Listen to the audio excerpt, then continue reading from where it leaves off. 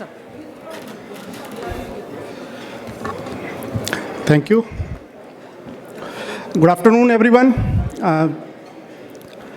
It is my pleasure to present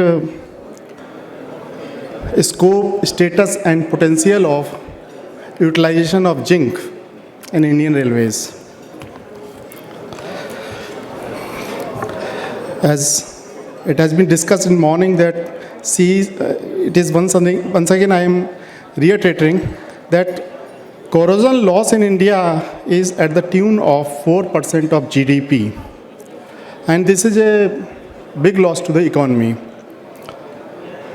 In railways especially, there is a problem in track, bases, coaches, wagons, structures, OHE mast, etc. Actual estimation of total loss is not available yet, but it is significant. This is corrosion map of India, and Indian Railways has 1,25,000 kilometer track presently laid for operation, and we are hit by corrosion in coastal areas where extremely severe atmospheric conditions are present. We are also hit by corrosion in mild moderate area where speed of the train is slow speed because of urine and other things which drops out of trains. In slow moving areas of trains, this corrosion is very severe, sometimes more than these coastal areas. So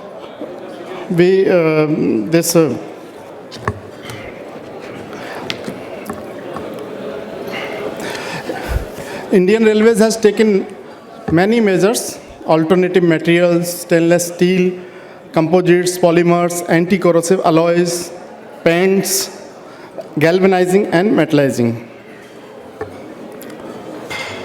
This is a condition of rails. I am dealing with rails in Ministry of Railways. So this is especially this corrosion. You are seeing this there is liner seat. So rail is laid over the sleepers. At every 70 centimeter to 60 centimeter there is sleeper, and rail is fastened to sleeper by means of ERCs, elastic keys, and this is rested on the bab of foot of the rails. This is called liner area. This is a very severe, just a minute.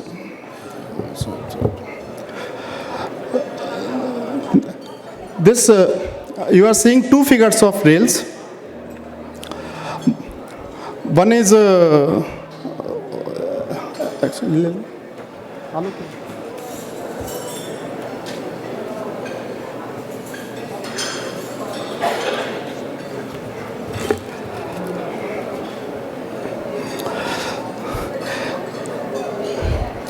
almost 20% of Indian Railways track is hit by corrosion. This is in coastal areas and where we have urine droppings, etc. in moderate and other areas.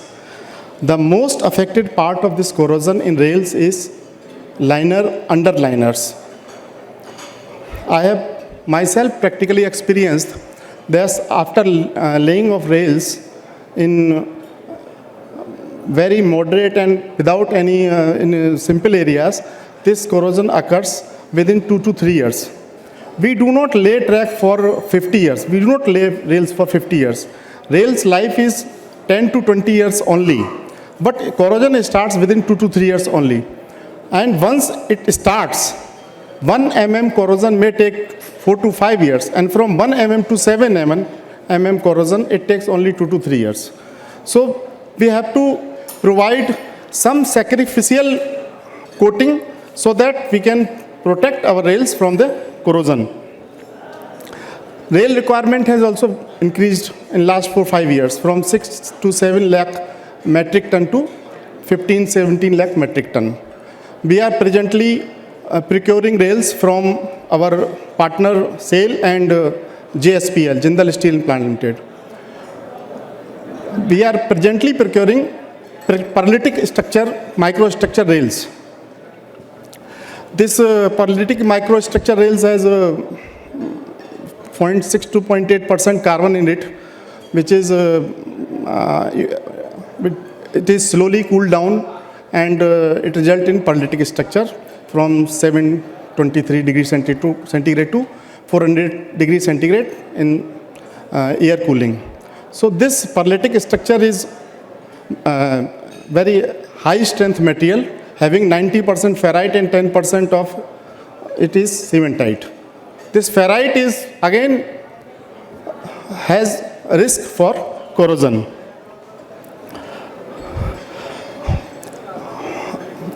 In last 10-15 years, procurement of rails has been, the size of rails has also been changed. Earlier we used to procure 13-meter rail, SAIL used to manufacture 13-meter rails, and we used to belt it to make it 260-meter long rail panels. And now 50 to 60% of rails we are procuring is long rails.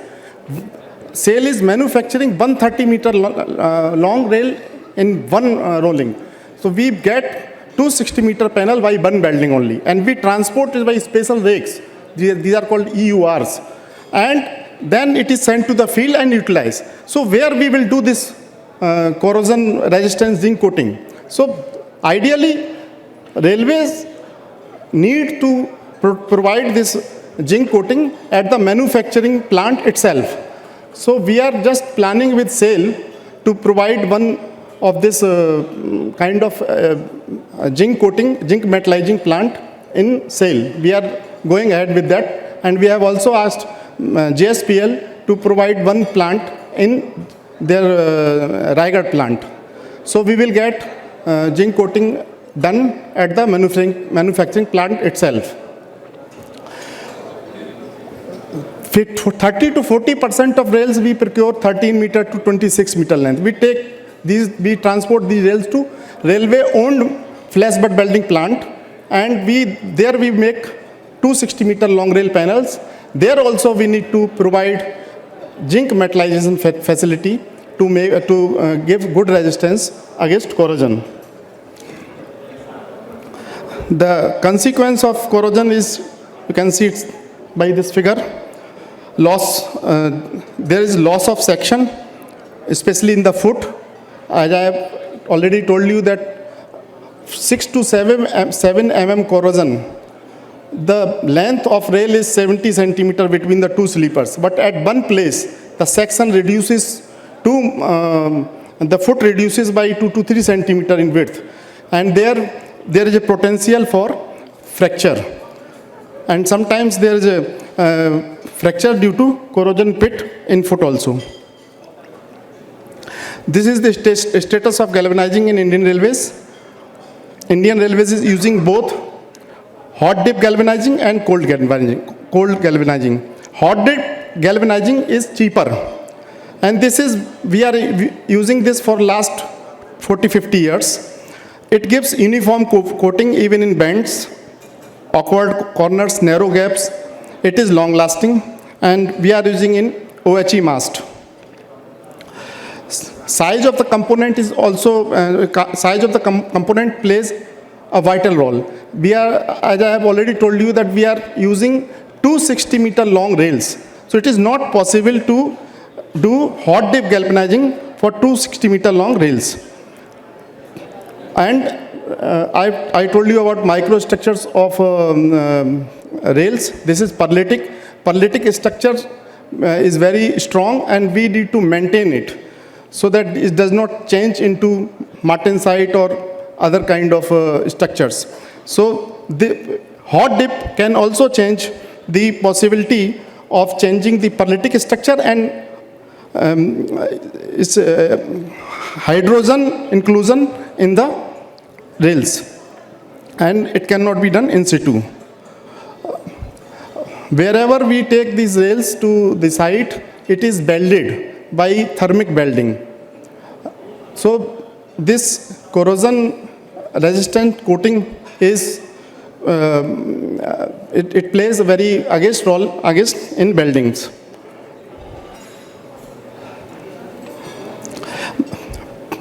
Cold galvanizing is an organic single component zinc coating, more than 95% zinc. It has certain advantages. It can be applied in situ, and due to cold application does not affect microstructure of steel. It requires surface treatment by abrasive method, and hydrogen pickup possibility is nil. And size of the component is not a factor because it is applied as paint. Presently, we are doing 5-layer painting, 5-layer treatment. One is after blasting, sand blasting, zinc coating is done, and then 2 coat of primer, and then aluminum painting. We are studying using alloy in place of 99.5% pure zinc. We are studying use of zinc plus aluminum. For cold galvanizing, it requires surface preparation standard SA 2.5. In this metallizing, it is difficult to fill all the narrow gaps and corners.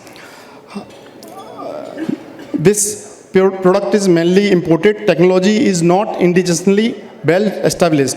We are doing zinc coating, zinc metallizing in our railway flash butt plants, but it has been only 2 to 3 years, and it will take at least 4 or 5 years to study and to examine the actual result in Indian Railways. It should not be used for open. It should not be used for open conditions above 65 degrees centigrade, as that is the inversion point. For non-immersed conditions, it can be used up to 150 degrees centigrade. Hot dip galvanizing is being used in electrification part, that is OHE mast. We are using it for last 30-40 years, and they are all performing satisfactorily. OHE masts are about 15 number per kilometer, large number of OHE installation all over the network. Since electrification is a continuous process, the demand for galvanizing OHE arrangement will be increasing continuously. As per the present practice, hot dip galvanizing is not the part of design of steel bridges of Indian Railways. Since bridge contains large fabricated segments, and it is difficult to hot dip galvanize the segment due to its large size. And welding of segment part after galvanizing is also difficult because zinc is volatile material. Presently, bogie wheel bridge on Brahmaputra made as per specification. Certain segments like stringers are being galvanized. In cold galvanizing, single component, the most important component is zinc, that is 99.5%, and RDSO has undertaken study on cold galvanizing production on steel with a product having zinc and aluminum. The small size of particle and electrical profile ensure maximum contact between both the individual particles and the substrate. Cold galvanizing in Indian Railways. The procedure requires surface preparation to the level of SA 2.5. The application is done by spraying or brushing. The coating forms within 45 minutes after application. DFT per coat is 35 to 55 micron, and this covering capacity is 14.2 meter square per liter. This can withstand temperature from -10 to 160 degrees centigrade. And this can last in salt sprays for 2000 hours. Immersion with 3.5% NaCl sodium chloride for 1000 hours shows no brown rusting, but white rust occurs. That is white rust is from outermost surface, that is not part of steel, ferrite. Static exposure in a simulated concrete pore solution was found to have no brown rusting up to 2000 hours. And galvanic corrosion test with 3.5% NaCl solution and artificial concrete pore solution containing 0.1 meter NaCl was found satisfactory in NML. Artificial urine test was carried out in IIT Kanpur and its response was positive. Based on the laboratory trial, validation of process is being continued on Common Body Bridge near Mumbai, which is upon the sea. The coating is under observation for 4 years completed and performance is satisfactory. We are now using galvanized sheets for last 6 to 7 years on platform shelters. And these are giving very good satisfactory report, providing good protection against corrosion. And you can see there are so many colors and varieties to give good look to the station. Zinc coating in rails, it is already stated that we have 1,25,000 track kilometer network in India. And this rails is made of perlitic steels, and corrosion of rails, especially in coastal area, is a great problem. Because for last 6-7 years, we are using bio toilets. And with the introduction of bio toilet in Indian railway coaches, the urine dropping problem and stool dropping problems have reduced considerably. And it has been noticed in the track that earlier in yards and railway tracks near the yards, we used to find lot of problems of corrosion, 5 to 7 mm corrosion in 6 to 7 years only. The life of rail is minimum life of rail is 800 GMT, and at 400 GMT or 500 GMT with 7 mm corrosion, we had to replace the rails due to this corrosion only. This zinc corrosion coating is a big potential for Indian Railways, because we are procuring, as we have said, 12 lakh to 15 lakh ton MT per year, and at least 2 to 3 lakhs MT rails are required with corrosion coating.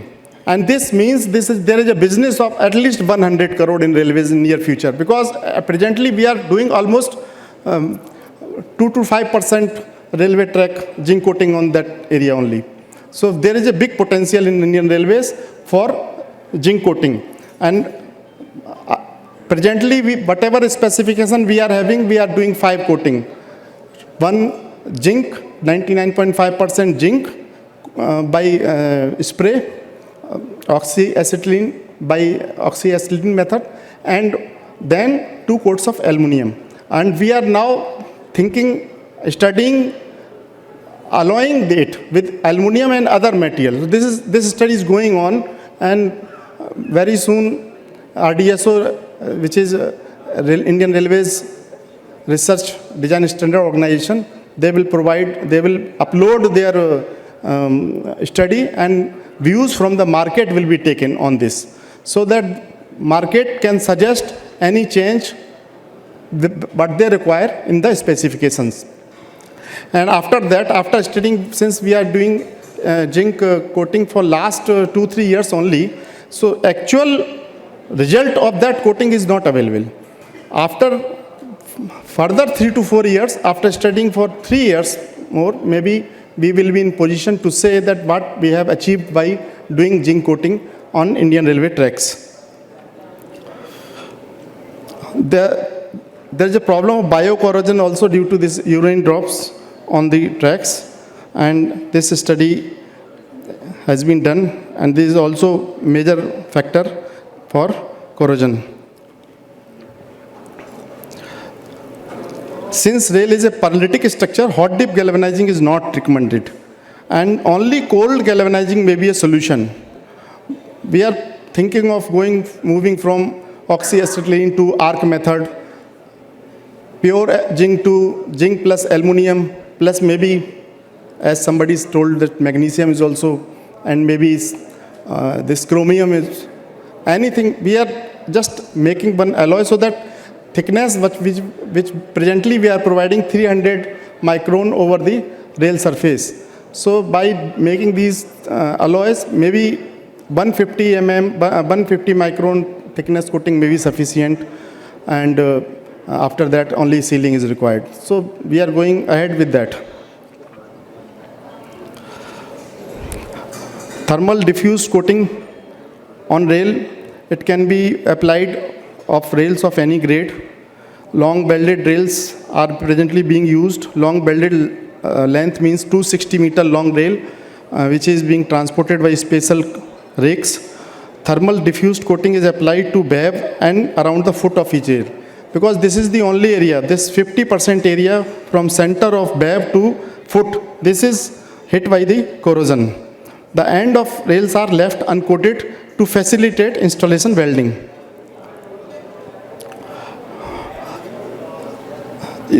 This is the some tests which are given: impact test, tower wheel test, and adhesion testing.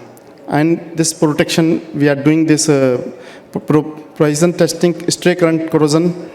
These are all tests done. This is the comparison given with the TDC, alloy, zinc coating, aluminum metal spray, glass flake epoxy, and glass flake polyester. And it can be seen that TDC zinc alloy is excellent in barrier coat, sacrificial protection, stay current protection, abrasion resistance, impact resistance, and removal of coating for welding. This is one picture of various coatings, result of various coatings, where actual this comparison giving aluminum metal spray, glass flake spray, zinc coating, and TDC zinc alloy and uncoated rail.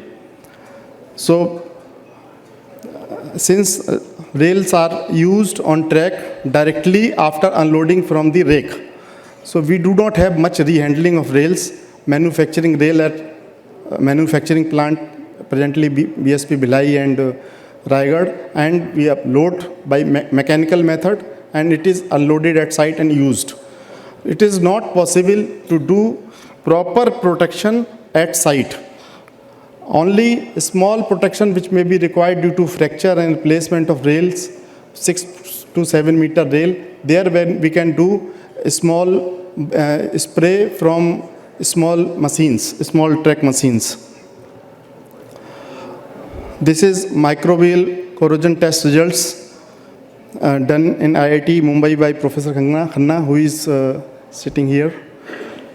And uncoated and TDC zinc alloy rails, this comparison is given in two pictures. Conclusion that there is not a single coating that is best in every way. Some may be good in some way and some may be good in others. A cheap epoxy coating may provide some protection but will not eliminate risk of rapid premature failure if mechanical damage occurs. Aluminum coating gives long-term corrosion protection, but the adhesion makes it very difficult to weld or repair in field which is required. Because of this, we are using long welded rails, and this rail is highly stressed in extreme winter and extreme summers.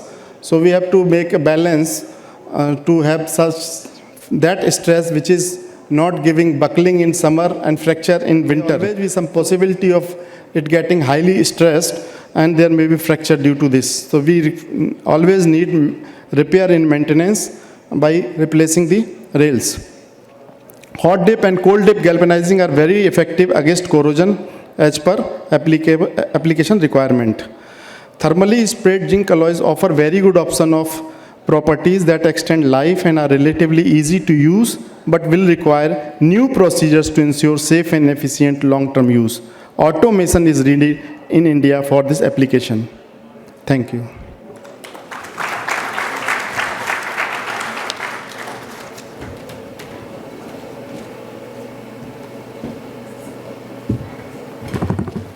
Thank you very much, sir. A round of applause for sir. Thank you so much for those very interesting insights as to the potential and you enlighten us about the potential of galvanizing for Indian Railways. Dhanyavad, sir.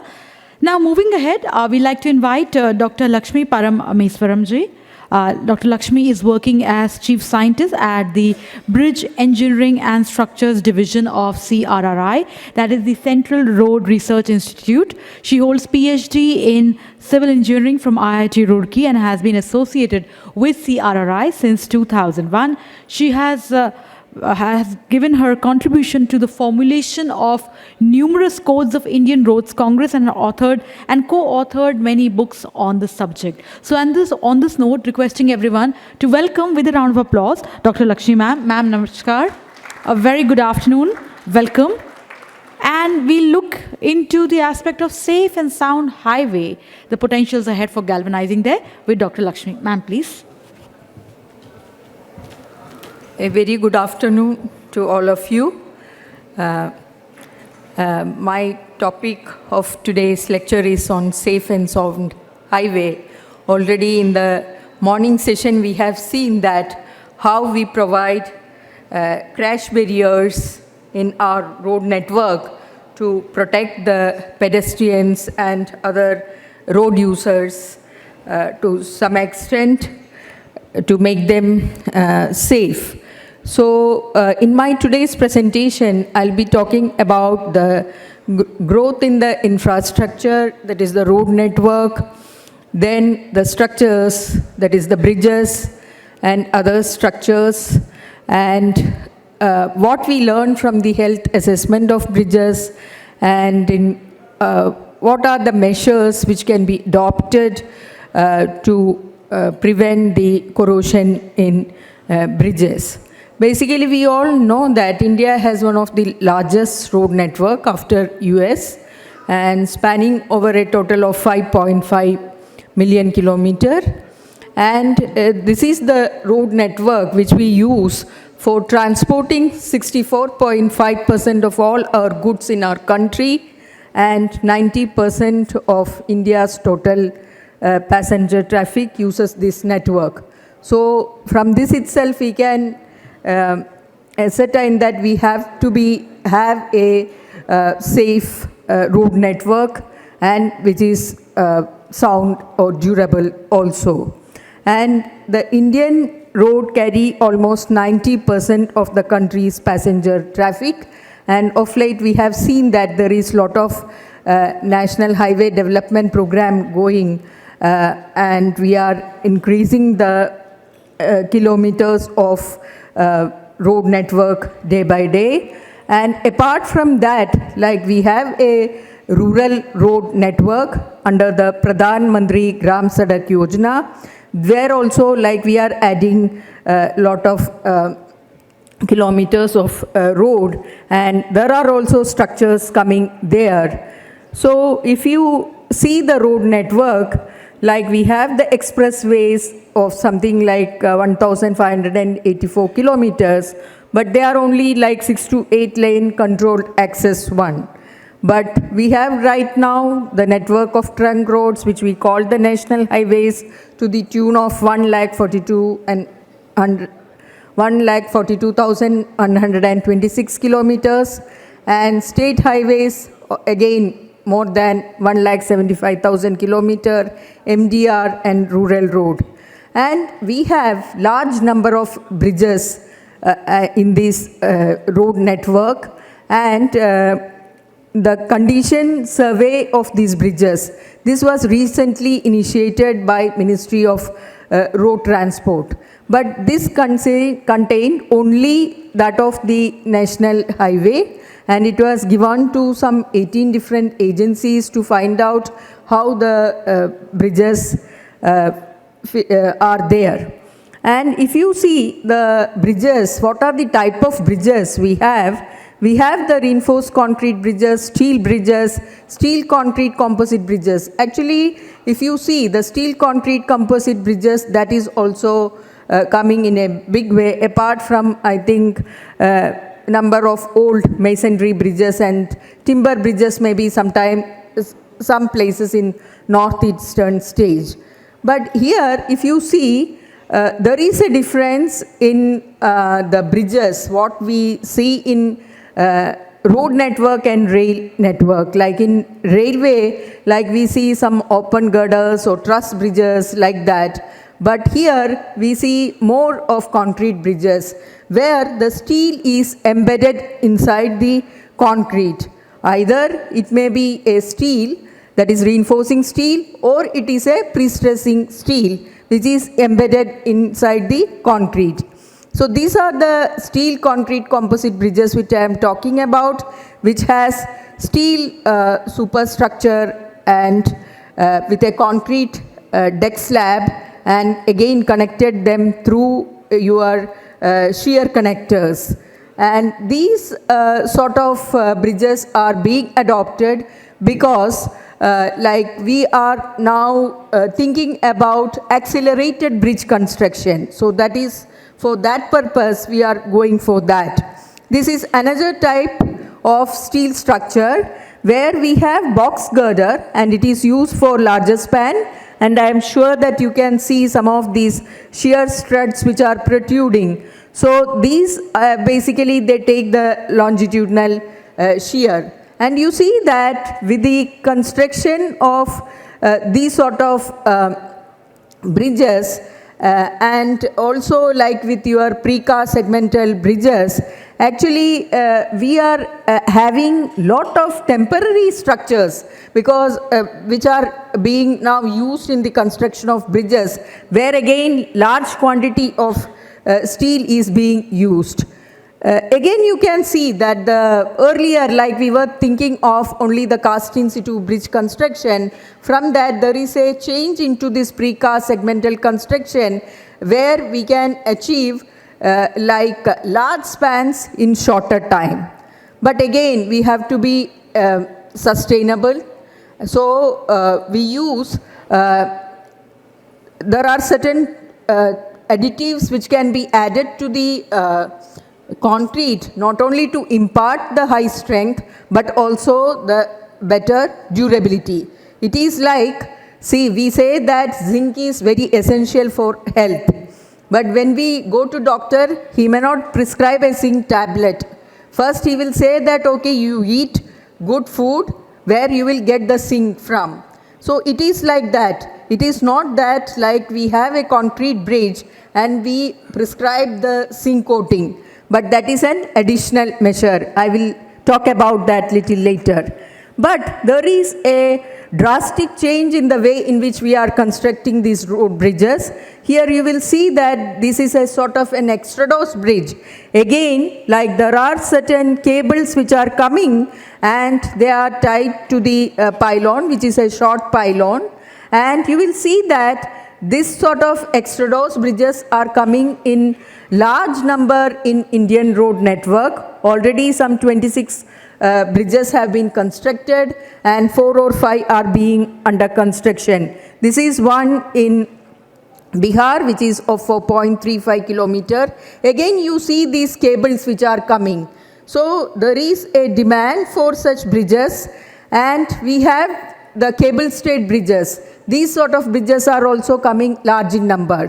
And I want to say that again the cable stays, there you need corrosion protection, and also you need even galvanized cables can be used there. But overall in world there are I think 4 or 5 agencies, not any Indian manufacturer available.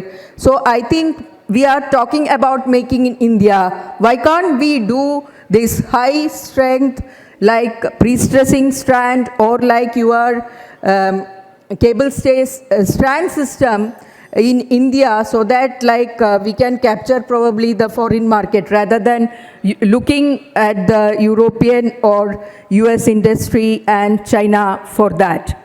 And if I quickly see what are the advancements in this area, that is earlier we were having precast cast in situ construction. From that we have moved to precast construction, then shorter to longer span, simply supported bridges to continuous bridges, and even there are components like where steel is used. For example, the elastomeric bearings, or like your port cum PTFE bearing, then like you have the expansion joints. So everywhere a bit of use of steel is there. So wherever steel is there, there is a possibility of corrosion. then from normal strength to high strength and high performance concrete. And also we are emphasizing on the, rather than on the strength-based design to durability-based design, and also the quality assurance during construction. Then there are other aspects also. I am not going to that in detail. And what are the, as I told you, when you see the existing bridges which are there, and if you assess the health, you will see that corrosion of reinforcing steel or pre-stressing tendons, that is one of the major cause for the deterioration of the bridge. So we have to see how this can be tackled. Let us first understand what happens during this corrosion chemical process, and where like there is a when the pH becomes lower, because otherwise like in concrete the pH is something like 13, 14, etc. But when there is an ingress of carbon dioxide or chloride, the pH, there is a drop in pH. Then from that anodic region there is a flow of electrons to the cathodic region, and also like the corrosion to happen, there has to be the presence of oxygen and moisture, and the rust formation takes place. And with the formation of rust, basically like the volume of the rebar that increases something like 7 to 10 times, and that exert pressure on the concrete and the cracks are formed. When more cracks are formed, then that portion of the concrete becomes detached, then we call it as delamination, and then like spalling of the cover take place. And here you can see that one short photograph. This is one of the steel bar which we visited recently, and you can see that when the steel bar is corroded, like it loses its ductility and becomes very, very brittle. So the corrosion of this embedded steel, it is something like like cancer, which happens with different stages. So the first stage is the rust stain, and the second stage is the cracking, third is the delamination, then spalling and exposed steel. As my previous speaker was telling, that when the steel is exposed, then the rate of corrosion also increases. And we call the time for initiation of corrosion something related to the life of the structure. And the propagation time is very, very small. That is, once the steel is exposed, then the rate of corrosion increases, and the time required to propagate becomes very less. These are some of the bridges photos which we have collected. You can really see the condition of these bridges, and there are different factors which affect the rate of corrosion, like temperature, freeze thaw cycles, humidity, and also the different contaminants like nitrous oxide, sulfur, carbon dioxide, etc. Then we have a vast coastal line, so the marine environment also affect it. Then we cannot underestimate what is happening with our foundation, because there is sulfur contamination, the groundwater is also polluted, so there can be a possibility of the chloride ions and sulfide ions getting in from the soil, which is affecting the structure. And drainage in the bridges, that is a major problem, and that can improper drainage or block drainage, again that can lead to the corrosion. There are certain cases where some of these bridges have collapsed, and in India in 1986 this Mandavi bridge collapsed. In fact, that led to people think about the durability, and the SP33 that was brought in by IRC, Indian Road Congress, which makes the codal provision for the design of structures. Actually what happens is that when the steel which is embedded in the concrete get corroded, there is a reduction in the area of steel which is available for taking tension, and the mechanical properties are affected, and concrete, again it cracks, which you have already seen. There is loss in concrete integrity, And also the bond between the steel and concrete, which is very, very essential for load transfer, that is getting affected. So overall, there is a reduction in load capacity and the serviceability of the structure. And now, like we have this IRC 112, which has given due consideration for durability and service life of the concrete bridges, and we have to design these bridges for 100-year service life. So we will just see quickly how this can be done. That is, we consider what is the exposure condition or aggressive environment, and how much cover to be provided for the steel, what should be the constituent material of the concrete, because as I said, if you have a nutritious food, you get all the required elements from that. Like that, here the concrete should be quite good. The quality of concrete should be quite good. Then cement content, water cement ratio, workmanship, compaction, curing, all these aspects becomes important. So there are certain steps how it can be done. And there are different exposure condition, like moderate, severe, very severe, and extreme condition to which the bridges are subjected to. And one thing you have to understand that the exposure condition of various elements of the bridges, they are also different, because the deck may be at 5.5 meter away, and the pier may be having a different condition. Maybe if it is a box girder, then inside the box it will not be exposed to the rain. So the condition to which they are subjected to, they are different. So what is the basic strategy against the corrosion? That is, protection against corrosion is achieved by suitable combination of water cement ratio, cover thickness, low permeability concrete, and control the chloride ingress. So these are some of the aspects, and the design provision is already given. That is, what grade of concrete to be taken, what should be the water cement ratio, minimum cement and minimum cover. These are the prescriptions what is given. And not only that, there is a requirement to control the crack width, because if the crack width increases, again these deleterious agents can go in and the rate of corrosion can increase. So there is a prescription about limiting the chloride content by mass for various type of bridges, like pre-stressed concrete or reinforced concrete bridges, again depending on the exposure condition. So less than 0.2% by weight, like you say that there is no risk of corrosion, and something like 0.2 to 0.4% low risk, like that, like we can limit the chloride in the concrete.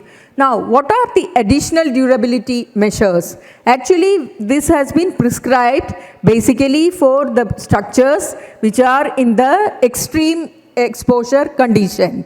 One is the use of high performance concrete, another is use of hot dip galvanized bar, then fusion bonded epoxy coated bar, stainless steel bar as per BS 6744. So I would say that here this galvanized bar has some competitors also. And I want to caution here that earlier we were not having a stainless steel code by BIS, and we were looking into the British standards. But recently the BIS has come up with a stainless steel code of practice for use in India.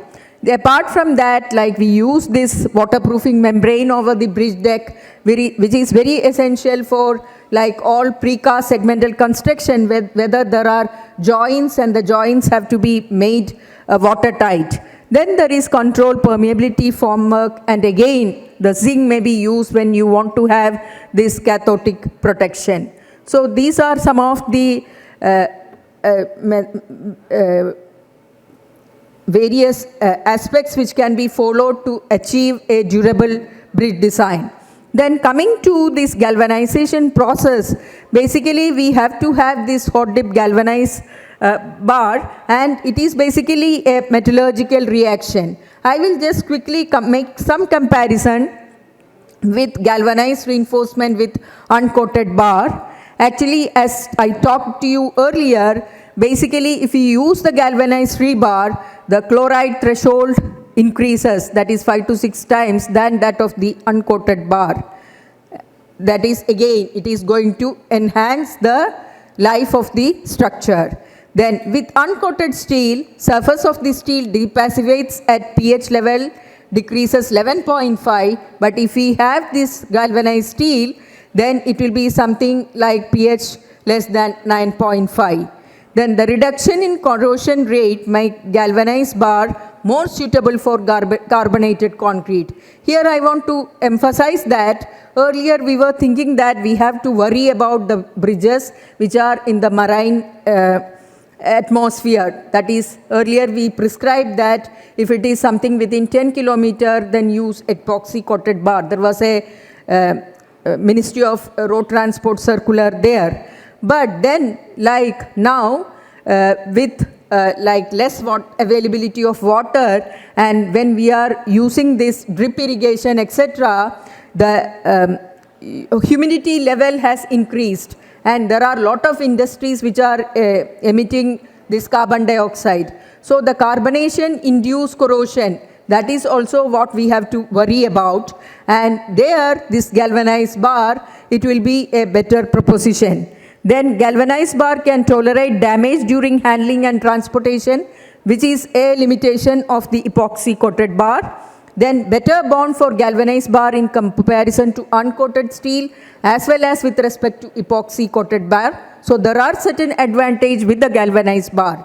Then when galvanized bar comes in contact with wet cement concrete, a layer of calcium hydroxyl silicate is formed on the surface, and this layer firmly adheres to zinc coating and surrounding concrete, thereby enhancing its bond strength. So there are some advantages with respect to the galvanized steel compared to your like uncoated steel, as well as with respect to the epoxy coated bar. And there are, it is not that it has not been used in bridges in other countries, and it has been used both in like jetties, like docks and other structures also, and many other countries like USA and Canada, etc., they have been used and they are performing well. I want to say that Ministry of Road Transport and Highways is thinking about like Bharatmala, Sagarmala projects also. So all these projects like being like in the coastal line, like these zinc coated bars will be of use there. And right now in CRRI, there is a performance study undertaken, which is an initiative by Ministry of Road Transport and Highways, where we are studying the various corrosion protective measures, how they perform, and also like if it is an uncoated steel in a high performance concrete, how it performs. And here like apart from the ordinary zinc coated bar, we are using the zinc aluminum coating as well. So probably maybe in a year or two we will be able to show some more results. So thank you very much for your kind attention.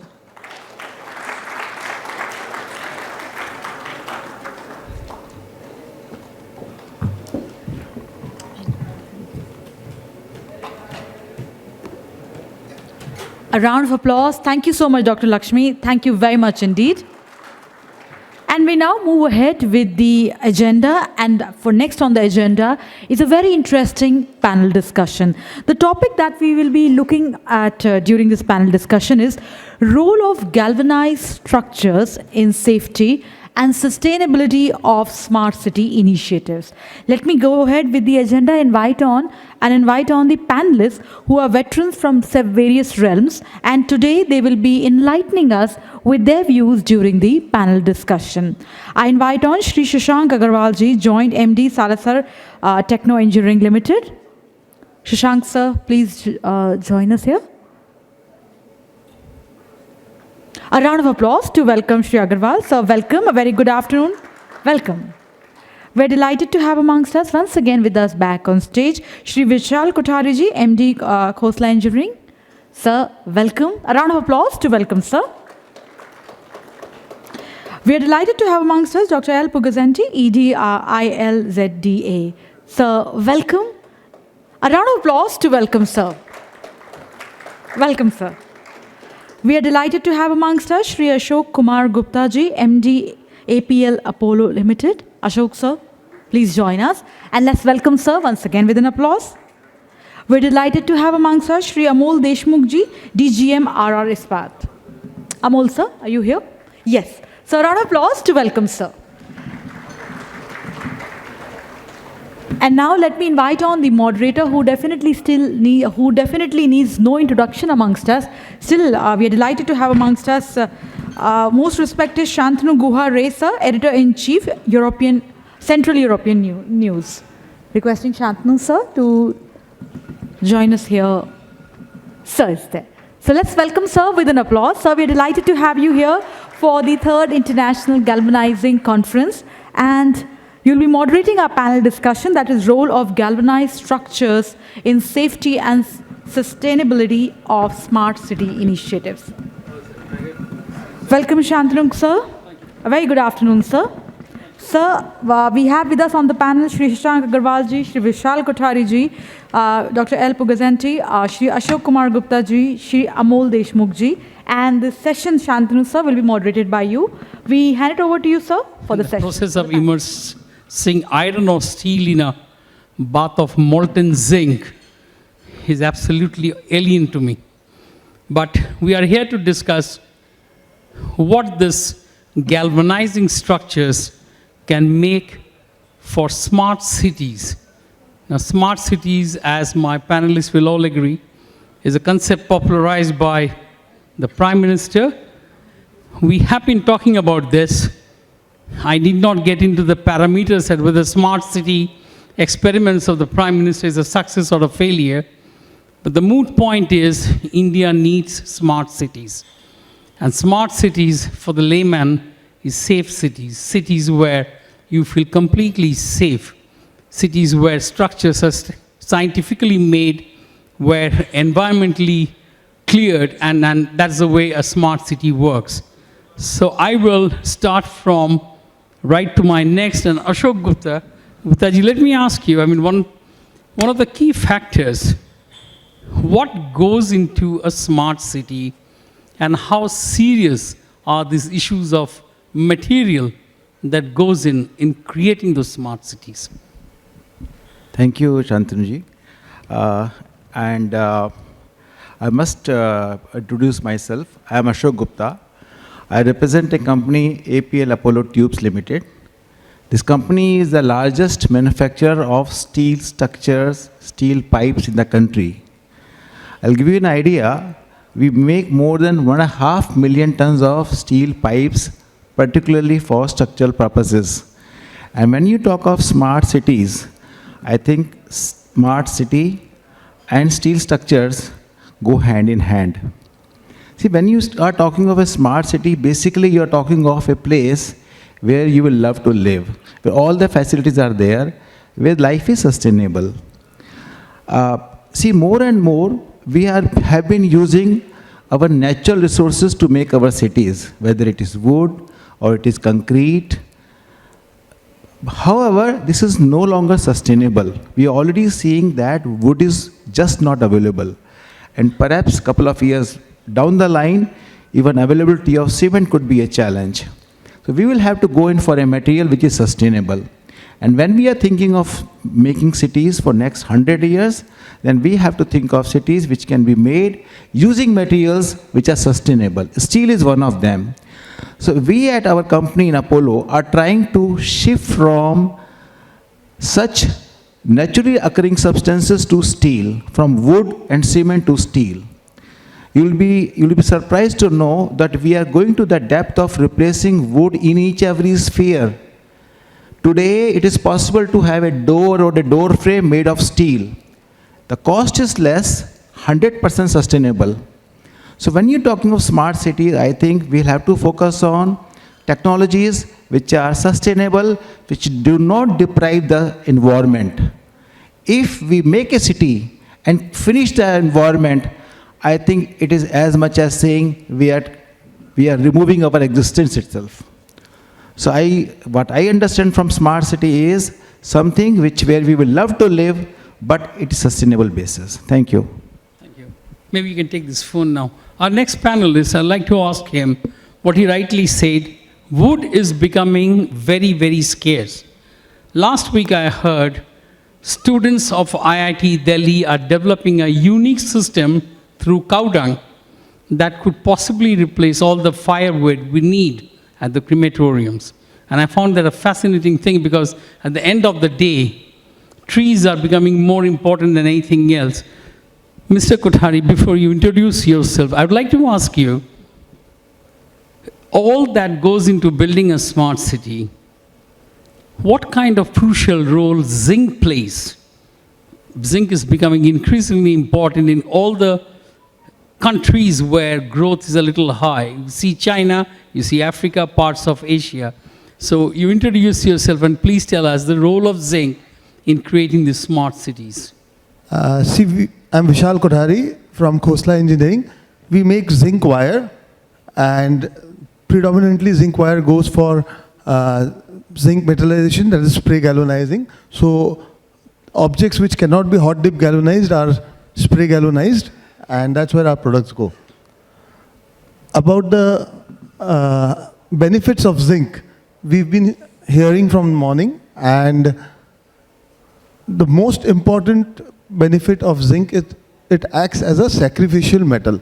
So where steel gets into contact with the atmosphere and gets corroded, and which is a big loss, so zinc becomes a sacrificial metal and avoids the corrosion. That's the main role of zinc. And as we've heard since morning that it is a big loss to the GDP because of the corrosion. So that's the role of zinc, and because use of steel is increasing, the metal of zinc which protects the steel, its consumption is also increasing. Well, I think that's interesting. I'll go to my next panelist, if you could introduce yourself. And my question to you is, at a time when India is going through the serious debate of whether to mine or not to mine, at a time when iron ore is becoming a very, very difficult product, how does a smart city grow? Where do you get the steel from, and where do you get a steel that's coated with zinc? You'll have to introduce yourself, sir, first. Yeah, let me introduce myself. Myself, Amol Deshmukh. I am from RR Ispat. In RR Ispat, we are basically manufacture these transmission towers, railways, solars, and monopoles, and we have 2 galvanizing plants over there. So our basic line of action is according to the requirement of the smart city, which is required for the development of the infrastructure. These infrastructures, we are in the area of infrastructure, we are making these railway products, then solar products, and of course we are doing the galvanizing. Basically, we are installing one more zinc bath, where we are increasing our capacity to 15,000 tons per month. This way, we are promoting the zinc usage in the country. And we want to become the biggest player in this type of business. And even for the facilitating this business, we are going for the automation stage also. Like for the railway products, we are using all automated machines, which is first in India. Even we are going for robotics in that area also. So this way we are promoting ourselves in the... My question to you was what you rightly say, the way you are developing and the way you're going for automation. Are you getting adequate supplies of steel, which you need in your business? Because that increasingly is becoming a problem in this country. Yeah, actually we have good orders because our products are diversified. We are not focusing on one products only. So there is no scarcity of the zinc for our production. Okay, I think that's very interesting. You want to add something? Yes, there's a mic there, please. Thank you. So, I think your question is very relevant. Is sufficient steel available? Yes, yes. Particularly when iron ore is going to be scarce more and more. See, mining will not be allowed in future. Because for mining, you have to cut trees. That's a very serious thing. I It's mean, a what is very the serious alternative? thing. You have to finish, not cut trees. I'm sorry, you have to cut villages. You have to cut cities if you want iron ore. Fortunately for us, steel is 100% recyclable. So if I can reduce consumption of steel by some better methodology, it still can be perpetual. And how do I reduce consumption of steel? By using zinc. So if a combination of steel and zinc can make sure that availability of steel will be perpetual. Well, I think that's interesting. Let me go to my next panelist. And he has already told me not to pronounce his full name, but I still did some practice. L. Pugazanthi, and who, of course, is a veteran of the market, past president, Indian Institute of Metals, and is currently executive director, India Lead Zinc Development Association. So my question to you is, we have been debating this point, and he brought out a very interesting point, that there will be a time you can't mine. So if you can't mine iron ore, is there an alternative? And how do we only then recycle steel and keep adding zinc to that to make smart cities? Thank you, Shantanu. Yes, mining is a great environmental hazard. Displaces population, displaces people, many activities. And still mining is going on for some time, but maybe not in the near future, but maybe in the distant future, mining industry will come to a grinding halt. And certainly recycling is the best option, and both steel and zinc are the most recycled material. Even lead is recycled maximum in the world, 99% from the used batteries. So in future, it will be more and more of recycling, and that's good. You're going to save a lot of energy, you're going to minimize carbon emission. From many other angles, recycling is the best option. And today we're talking about recycling of paper, plastics, metal materials, everything we want to recycle. At the same time, I don't think we have some of the best rich deposits in the country. Zinc, Hindustan Zinc is endowed with a gold mine. Zinc, one of the best reserves you can see in the world. And we are exporting plenty of high-grade iron ore, long-term export contract to Japan, Australia, etc. So we are endowed with plenty of iron ore. There's no question of depleted reserves, etc. Mining will continue, but there are always safe practices in mining. Do it environmentally, better practices, without harming people, providing employment to them, taking the population along with you. That is where the issue comes. Exactly. Bauxite mining or iron ore mining. So you have to carry the population along with you. Both will continue. Ultimately, long term, it will be recycling. And incidentally, I am very passionate. Okay, that's very interesting. We come to the last panelist, Shashank Agarwal. Would you please introduce yourself? And I'll take this question forward. Now, panelists are really gearing up, and all of them are saying, which I as a journalist have never heard, that eventually mining will have to stop. Before that, can I go to your first question when you said go ahead. what a smart city is? Yeah. See, when we say smart city, what a smart city is? The roads have to be smart, the traffic movement have to be smart, the lightings have to be smart, Yeah. the structures being used The have to be buildings, smart, yeah. the density of the population which has been planned for the city has to be smart. So the role of structures in building a new smart city plays a crucial role. And wherein the role of zinc comes in, wherein we can use the structures on a sustainable. We need to use structures which are sustainable for years. Like Chandigarh is one of the example of a smart city which had been planned many years ago. Even today, we don't have any city compared to Chandigarh, the way it has been planned. But that was planned by a foreigner, not by an Indian. Yeah, but it's about the planning. It doesn't matter who planned it, but it's Absolutely. definitely a smart city. So that's what we are looking in. when we say the lighting has to be smart, we need poles, we need structures which are sustainable for a very long time, which are good looking. We are the ones, let me introduce myself. I'm Shashank Agrawal, I'm MD of Salasar Techno Engineering.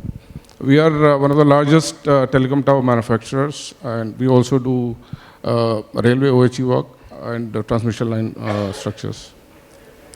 We have done first smart city of Visakhapatnam. We have done 50 smart city poles. If you have a chance, have a look at the structures. We have the photographs at our stall and here also. So these poles are basically a telecom tower, come a lamp pole, come a environmental sensor. It has environmental sensor. It has camera for local area monitoring. It has a distress button at the bottom. And all these poles are connected to a central control room, which are being monitored by the local authorities. So when we say smart city means everything has to be smart in terms of. But is that its a life. wish list or is that happening? See, it is a wish list more so at the moment, because government has on papers actually planned a lot of things, but things have not actually happened that much on the ground. Probably it's only about 10% of the work which has happened till today. We are doing Visakhapatnam, we are doing Agartala, we are also participating in Faridabad and Kanpur and other cities. So the role, basically the topic is about the structure, the role of zinc in the structures for smart city. So the zinc is going to play a very significant role in enhancing the life of structures, as we all know. Absolutely, absolutely. Let me come back to you, sir, and let me again do the second round of questioning. Smart cities, the role of zinc, recycled steel, and many things we are discussing. Is India ready for the smart city revolution?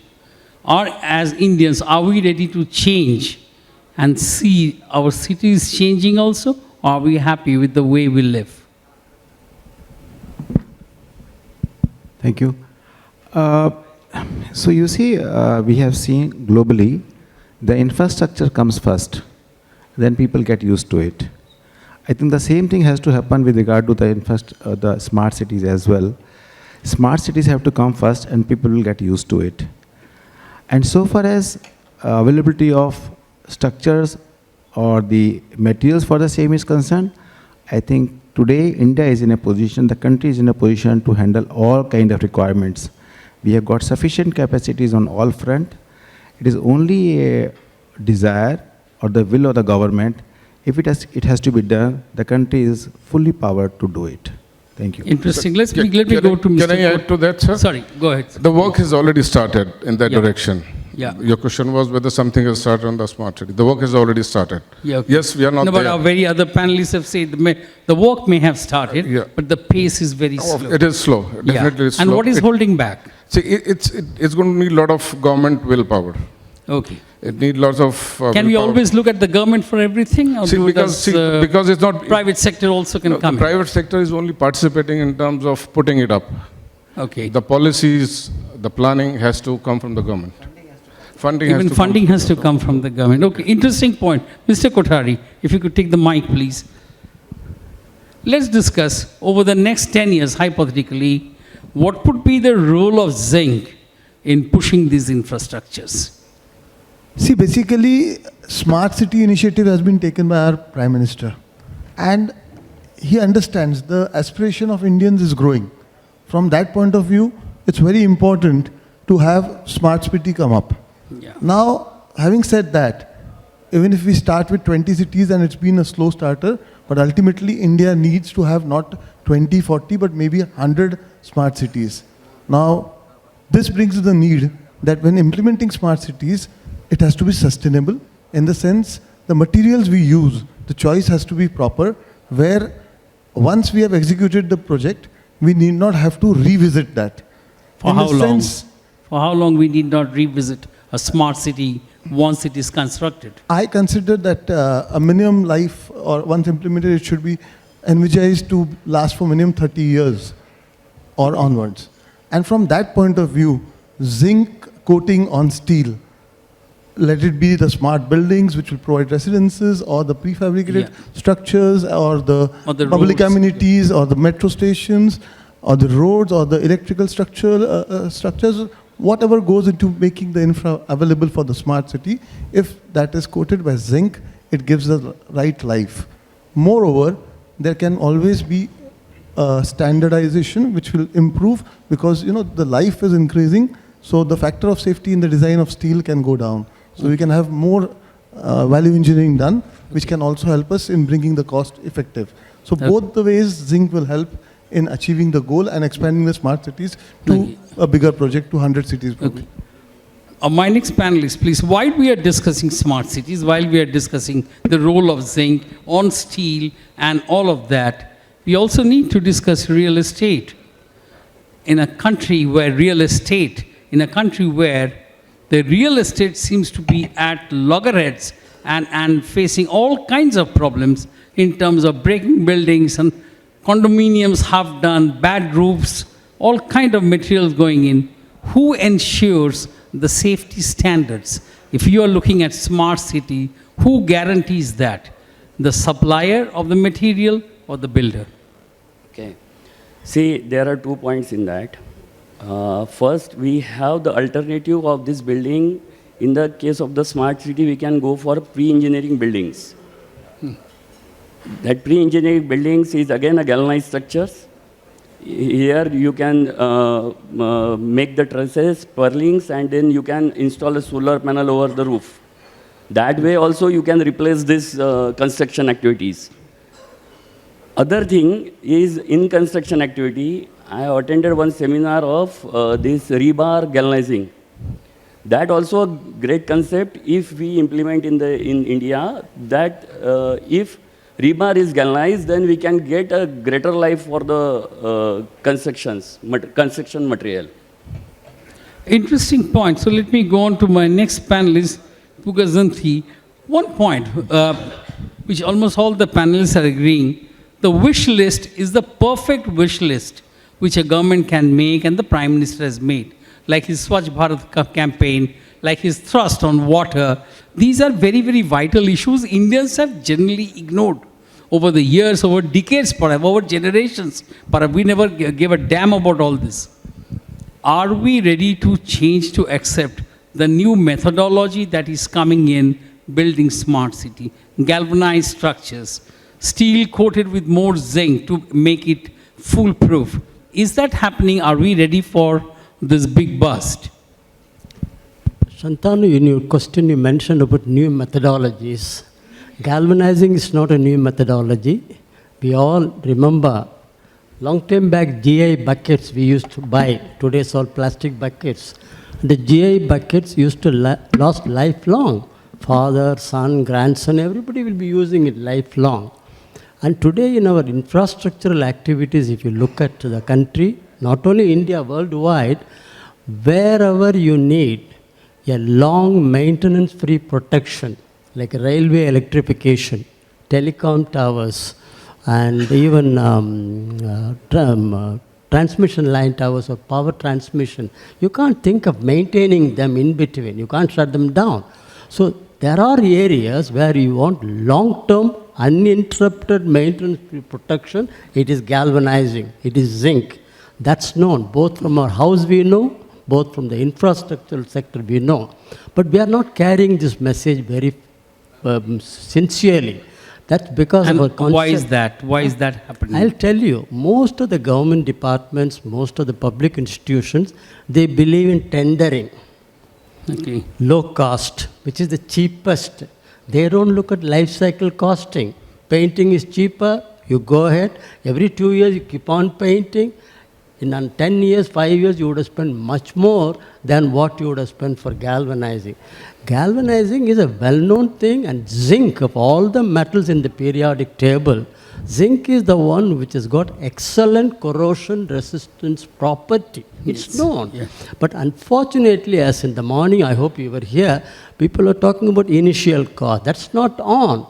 It's a proven example, and if you go anywhere in the world, from the airport to the hotel, you will see everything galvanized. The barbed wire, the fencing wire, transmission line tower, the dustbin, and even the traffic poles, telephone poles, Everything is galvanized. Any steel exposed in the atmosphere has to be galvanized. Protect the zinc. 50 years, you don't have to do any maintenance. And this is a country we are grappling with deficit budget. How to bring down the deficit budget? Corporation, municipal corporation don't have funds. State governments don't have funds. You asked him why smart city mission is not taking forward. 5 years back, 4 years back, it was announced in the union budget. Only few states have formed special purpose vehicles to launch this. We have not made any headway because you have to take the state governments also in. They also have to put in money. So that's where this smart city concept is. I want to tell you one last point. There was a report recently in the media, the most livable cities in the world. Vienna was number 1. Melbourne was number 2. Do you want to know where Delhi was? But Vienna is very small. That's where my headquarters is. Whatever it is, I mean, you can't compare Vienna with Delhi. They are, So they are Vienna safe. is this. They are very Yeah. safe. People can walk, pedestrian walk. Amsterdam, people go on cycle or separate. Now in our roads, where is the space? Calcutta, you had a bridge which during the day, noon, it Yeah. collapses. The many Trapped bridges are many falling there. people, trapped many Yeah. cars. So in Hyderabad, the bridge which was being constructed collapsed while it was being constructed. So this is the safety of our construction practices. Both public, private sector, we have to change our mind. Even if it's costlier by 5%, 10% more, galvanizing is a proven thing. And that's what should go in all the smart city projects. Cities like Vizag, Bhubaneswar, Cochin, Goa, wherever they are using steel, even embedded. My friend spoke about rebar. Rebar, Lakshmi spoke in the forenoon CRRI. It's a product which they used during World War II. For 50, 60 years, it has remained without any concrete cracking. That's another product. Should be used in all the coastal cities. Bridges or RCC structures, they should use it. I have many more things to say, but others also have. Okay, no, Something yeah, to you this, should. I mean, I'm just trying to tell you this is the last answer you'll have to give. I'm just going to add one question from what all I've heard. What's blocking us using great galvanized structure, creating great buildings? Or, I mean, how long we continue to give examples of, let's say, a Vienna and a Melbourne or a Chandigarh designed by a French designer. So when will we move on?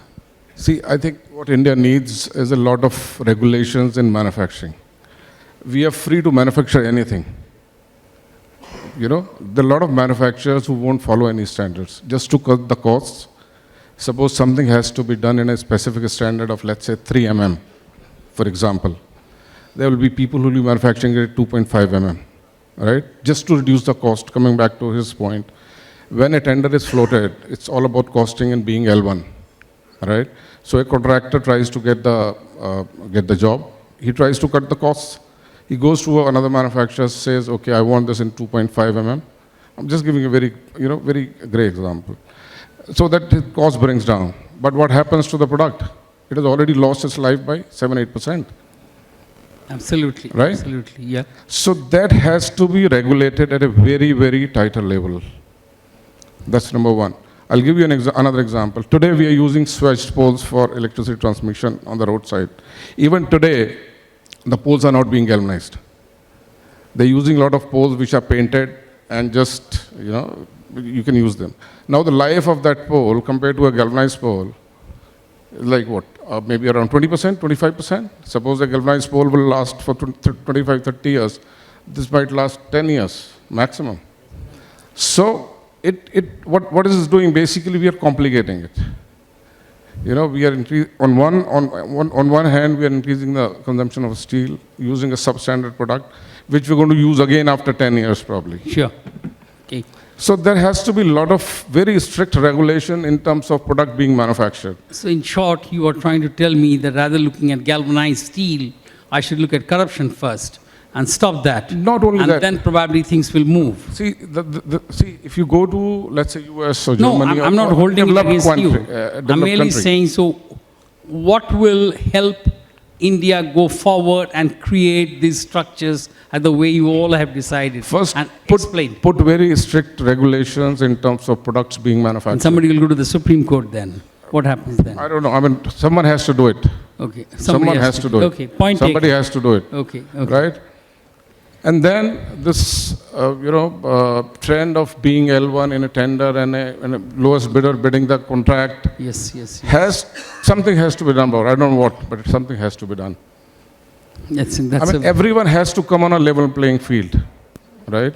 Suppose today I decide, okay, I'll manufacture as per the BS standard or whatever is required as per the standard of the product, and he decides, no, I'll go, I'll take some tolerances and I'll make that product. His cost is down. He goes ahead and wins the tender, and ultimately what happens? We as a country are losing it. Absolutely. I think that's a very valid point. Mr. Agarwal, and to all my panelists, thank you very much. You have a last point, sir. Go ahead. Exactly. Yeah. One is the role of the government, role of the regulation. The other is the mindset of the people has to change in this country. In Delhi, you all have seen many foot-over bridges. And how does one change that mindset? Suppose you want to make a smart city in Delhi 6, and they'll say, I like the old city. I don't want a new city. So what do you do then? No, let me finish.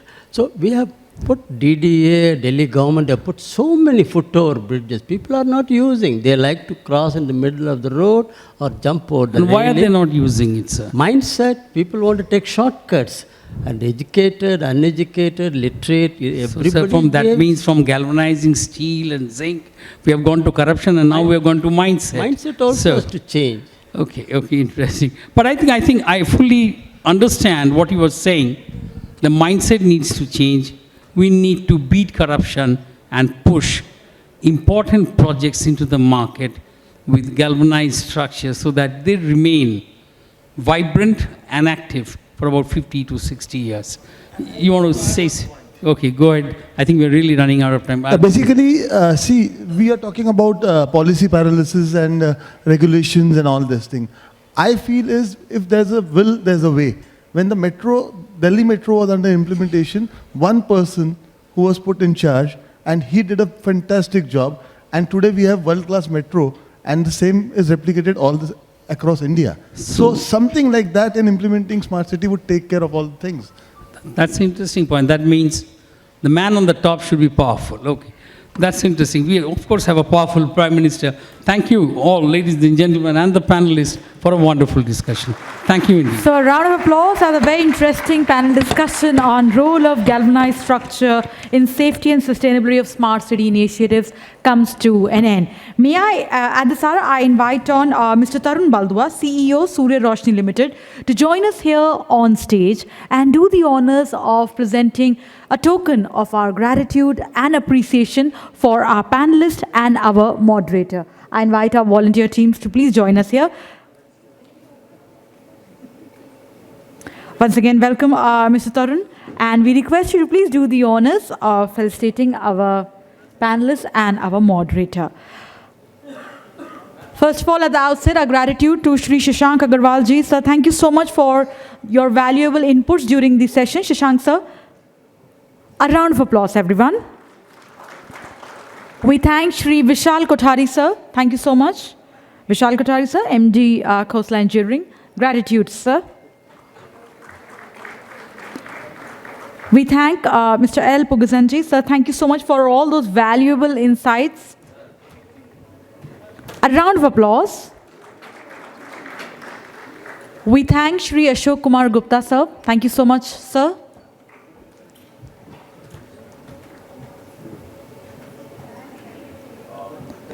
Ashok, sir, once again, thank you so much.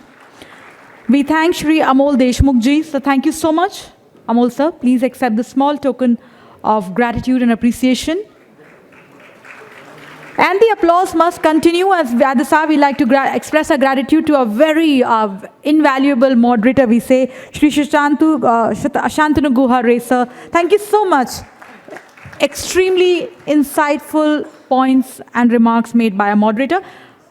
So let's have a group photograph, Tarun sir. A group photograph. So with this, we come to the conclusion of our panel discussion. Moving ahead with our next presentation, that is galvanized steel for public infrastructure. And we'll have an architect's perspective here from, and for the same, I request Professor Chiranjeev Shah, founding principals, please join us and enlighten us. How would public infrastructure go ahead with galvanized steel. Sir, very good evening. Welcome, Professor Shah. A round of applause to welcome Professor Charanjit Shah. Everyone, zordar taaliyon ke saath we welcome sir. Shukriya. Thank you.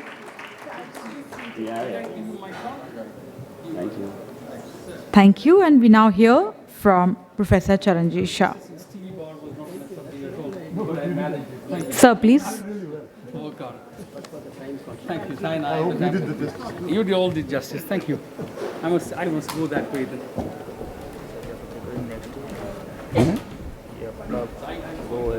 You next, right? You next, right?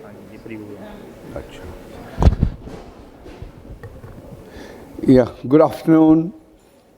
And, I feel very odd and odd man out because all of you are great technocrats. You're making the country, you're making the world. I'm just a small visionary and architect. And today, I'll tell you, I am a stepney because my son was supposed to come here and he is busy in one of the assignments in Kartarpur corridor. We're doing that, so we had to rush there. I've been listening, very nice panelists. We make India, make smart cities, mindset, technology. We need to understand we are making India. I'm owning India. It's my India. Why blame others? Somebody say, oh, Metro, Sridharan came, he made it. Why don't we learn? I can become Sridharan. Can we pledge today we have come here to change our mindset? It's like very philosophical. I read, I read Gita, I read Bible, I read Quran, I read Guru Granth Sahib. And all of them say the same thing, God is one, oneness, holiness, happiness, universalism, humanity. But I'll fight, I'll make mandir, I'll make gurdwara, I'll make mosque. And again I say, oh, I am a true Indian, I am a true Hindu, I am a true Muslim. But when I talk about technology, I am afraid, I am very happy to see that when I talk technology, I don't say it is Hindu technology. It is not Muslim technology. It's global technology. And perhaps I think that today is the time when I need to say, is it global intervention or it is global empowerment, which is shadowing me? I am in the city, I am in the country, which is 2,000 years of civilization, my heritage. Then I talk about zinc, I talk about galvanizing, I talk about steel. I see Ashoka pillar in Qutub Minar. I don't know what alloys are there. It exists. It exists in weather. It exists in everything. And I have not searched around that it is galvanized, it is zinc coated, it is aluminium coated, it is what coated? Today in my mind it comes, how do you reflect technology where I say, oh, this is my Indian technology. Tata started steel plant in 1919. He had a vision. He made 20 million tons of steel he is producing there. And today I am saying, because I am an architect, I am just humbly a small user of steel. I am not into the large infrastructure, railways or other thing of that nature, or anything of that kind, which there is so much of consumption. I am only talking that it is recyclable. It is recyclable. It is everything. And I am making structures which I call, oh, they are very heavy structures. I am only talking about build form. I am not talking about the infrastructure which is outside. I am talking about structures which are meant for people. And when I started practicing, When I started doing large span structures, I started, I'm doing something which is like 125 kg per square meter on my roofing. Slowly and slowly, gradually and gradually, we said how I curtail, and I see that now today I use 60 kilo. Tomorrow I think I can use 40 kilo. Somebody was saying I talk about pre-engineering structure where it is even lesser, and today is the time when I use the technology in terms of usability of the materials alloys, where I say integration of not only I say corrosion. I have to see my structure has to have fire resistance. So why do I create something which is with, like corrosion resistant, not corrosion free, which has also values for my fire protection, and I create an integrated approach towards production. Alloy steels, where I say, this is the steel which is meant for skyscrapers, or something like, when the Twin Towers fell, and they said, it can take everything, but it never thought that so much of the oil will come and the whole structure will collapse. So today, you, the technocrats, has to give me a guidelines. What are those parameters where the innovation plays? And my vision, you create, and you say, yes, we have the dynamism of our, scientific resources where, I'm just showcasing. See, this was 130 years back, and today also no corrosion. Brooklyn Bridge. This is what has been done, Tower of London, 130 years back, and still they have beautiful life. And I talk about Opera House. I talk about construction. I talk about what a small vision which we did in Pragati Maidan as Hall of Nation, Hall of Industry, based on structures, a space frame steel structure which was made in nodes, and we made it in this, and sadly it has been demolished.